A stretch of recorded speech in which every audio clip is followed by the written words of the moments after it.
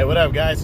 So I'm coming to you this morning with the what's next on Jamel Herring. He is the current 130-pound WBO super featherweight champion. He main evented an ESPN Plus card on Saturday, November 9th. I was actually there. That was in Fresno when he took on Lamont Roach Jr., who was previously undefeated. He beat Lamont Roach by a 12-round unanimous decision in a pretty good fight. It was a pretty good action fight. He just controlled the tempo. He's a better boxer, but Roach was a game contender, kept coming at him. He actually hurt Herring in the 10th or 11th round, right towards the end there, but Herring held on, scored the decision win, and is now, the reigning WBO world champion. So now the big question is, what's next for Jamel Herring? So we're going to run through the top 10 here at 130 and see what's next. He's a top-ranked guy, is Herring. That's why he's fighting on ESPN Plus.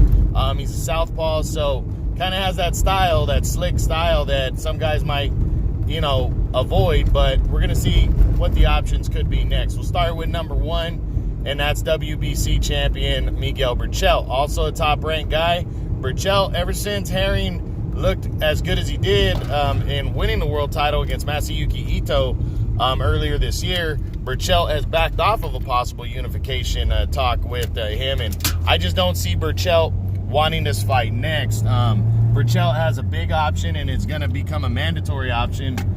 He's not going to have a choice in Oscar Valdez, who's fighting on the 30th of this month. He's taking on Andres Gutierrez. He's a favorite coming in, is Valdez, so he's likely going to become the mandatory to Berchelt, which is going to, stall Herring from being able to fight Berchelt next. So I don't see Berchelt being an option. Number 2, Leo Santa Cruz. Well, it's just top rank working with Bob Arum and the PBC. It's just not going to, working with Al Heyman and the PBC, it's just not going to happen. Santa Cruz is likely going to win a world title in a 4th weight class on the 23rd, this weekend coming up.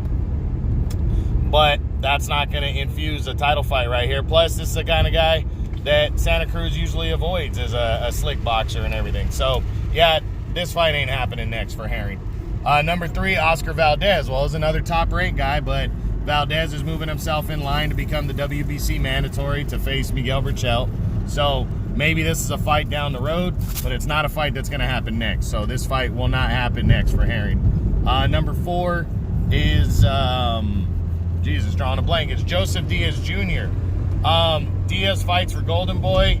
Not an impossible fight to make, but Diaz looks like he is, just days, maybe a week or 2 away from finalizing a showdown with Tevin Farmer for the IBF title in January. So I don't see this fight happening next for Herring against Diaz. Number 5 is Andrew Cancio. He's a WBA regular champion. He's been fighting for Golden Boy. This is an option if these two guys can't land a fight next, but I honestly think Cancio, might wait around for a rematch with Joseph Diaz if Diaz beats Farmer, or even wait around for the winner of that fight. But, it could be an option because Cancio's fighting this weekend, but I think Cancio wants a bigger name opponent. But Cancio might not give a shit and might just say, hey, look, I want to unify titles. So I think it's possible, but not on the less likely side, but it is possible. Number 6 is former 122-pound champion Scott Quigg. Scott Quigg just got hurt again in training. He's been out for over a year now. He was supposed to come back after a 14-month layoff in December, and now he got hurt. So, yeah, I doubt Quigg gets the next shot or even wants a shot at a world title in his next fight because he's just been out of action for so long. So, yeah, I don't see this one happening. I think number 7, Mickey Roman was actually number 6 coming into the month, and Quigg was number 7. You know what? I really think this is a real possibility for Herring right here is Mickey Roman. He fought for the world title against Berchelt last year. He looked good. He ended up getting knocked out against Berchelt, but he's a game veteran, who would probably do anything to get a world title fight. I think he, if he's not promoted by Top Rank already, I think he has a strong working relationship with them at the very least. And I think this is an easy fight to make right here.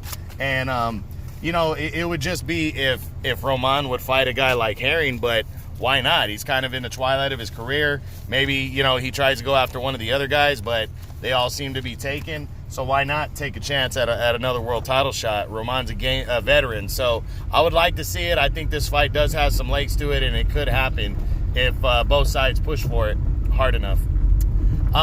Number 8 is Tevin Farmer, the IBF champion, a unification bout. Well, as I said, Farmer's got an optional defense next. Looks like he's going to face Joseph Diaz Jr.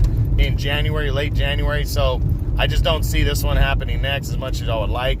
Herring came into the month ranked number 9, so we don't need to talk, obviously we're talking about Herring. And then number 10 is undefeated Shavkat Rakhimov. He's undefeated. He's got some issues going on with his final eliminator win that he had in September about some drug usage.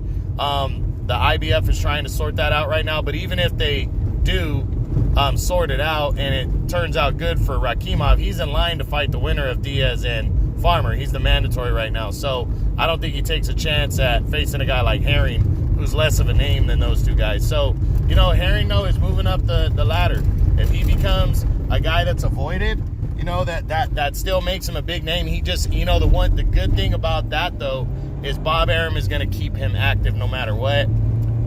Or he can make the choice to move up to 135. But either way, he should, be fighting. He should try to take a chance and fight his either his mandatory next, or he should try to go for that fight. Like I said, I think Mickey Roman is the most makeable fight if he can't land like Andrew Cancio in a unification next or something like that. So he really needs to take a good long look at Mickey Roman. Good game veteran. It would keep him busy and keep him, fighting the best and the top 10 fighters in the world right now. So, all right, guys, that's it. That's the what's next on Jamel Herring, the 130-pound super featherweight champion for the WBO. True Boxing. Been hit with the truth.